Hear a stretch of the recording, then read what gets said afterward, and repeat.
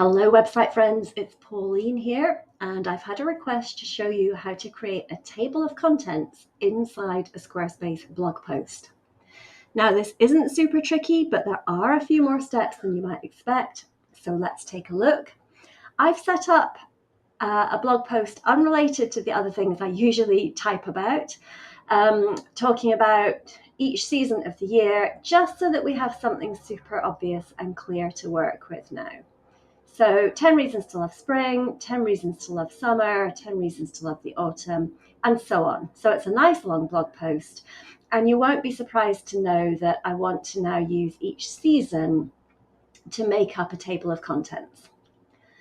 So here's my starting point. You can certainly get this far before you need to do any of these table of contents steps. Come in and edit your blog post. Come on down to the locations where you want to be able to reach them with a table of contents. I'll work on summer. And here I simply have the words 10 reasons to love summer. So I'm actually going to copy that just to save a bit of typing. Instead of this subheading, which incidentally is set up using heading style 3, instead of that, if I click away, we want to add a piece of code in here. So in Squarespace, we get these nice, in the blog post, we get these little plus icons that mean you can add something. So click on plus, choose code. So that's a code block coming in here. And what we get, it almost always says, hello world.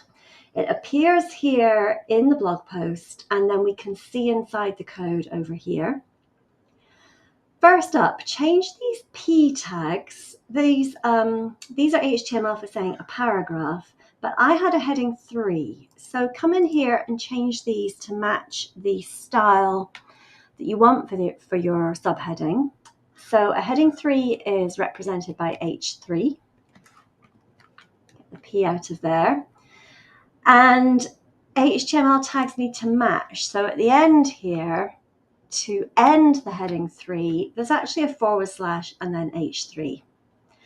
And these are in these angled brackets. Forgive me, I grew up in Britain. We might have a different name for them there, but you can see they're these, the triangular things that are enclosing this tag. Okay, so we've told Hello World to be heading 3. It's the same principle. If you want heading 2, then we do H2 and close an H2 tag. It gets bigger. Heading 4, same again, H4. That's a heading 4. I'll put this back to heading 3 since that was the style I had in mind. And now we need to come inside where it says Hello World and replace that with the heading that we actually want. So nothing mysterious here. I'm simply pasting in 10 reasons to love summer. Your final step inside your code block is to give it a name so that we can link to it from the table of contents. So to do that, come inside your first tag here. Mine is H3, so I'm clicking after 3. I'm adding a space, and then I'm saying ID equals, open some double quotes. I'm going to call this summer. Life will be easier if you stick to one word and stay away from special characters and spaces. Squarespace has very kindly given me the closing quotes that I need. So just be aware this has to be in quotes. And yours then should look something like this. So mine is heading 3 and its name ID is summer. Then the heading itself is 10 reasons to love summer. And then the HTML needs to be closed off with this / matching tag. Okay, at that point, you're done inside your code block. Do remember what name you picked here because you'll need that. You can click away. And now, of course, we've got 2 versions of this same heading. The code is the one we want. So at this point, you can simply delete the one that you typed earlier. I'm clicking save, always a good idea when you're working on a blog post. And then come all the way back up to your desired table of contents.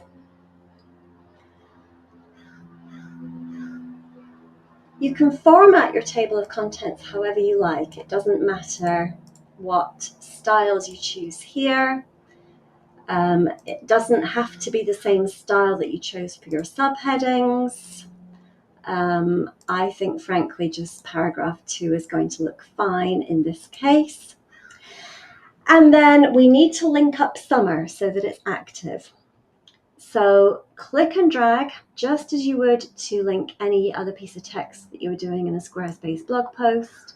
Come and find your link icon on your formatting toolbar. Click on that. URL is exactly what we want, but now we simply set up the link to say hash and then the name that you chose, so the one that you put inside that ID tag. Mine was summer, so mine simply looks like hash summer.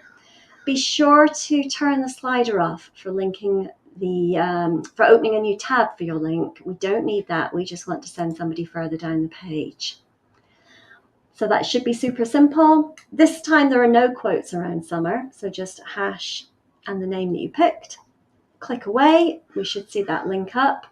I'm coming up to the top left. I'm going to save. I'm also going to exit. You can see that I started to do this with spring and then realized that spring was only right under the table of contents, and therefore that summer would make a better example, so that when we click here now, we should get whizzed down the page to the summer heading. And there it goes. So reasonably straightforward once you know what you're doing. You, of course, can repeat that. You'd come down to your next heading, the one for autumn or whatever, do the same thing with your code block, call that one autumn, and then you'd come back up here and link up this piece of the table of contents to reference autumn. Okay, so not perhaps as easy as some other applications that we might love to work in. However, the basic principle is pretty straightforward, and I hope you have some fun with that.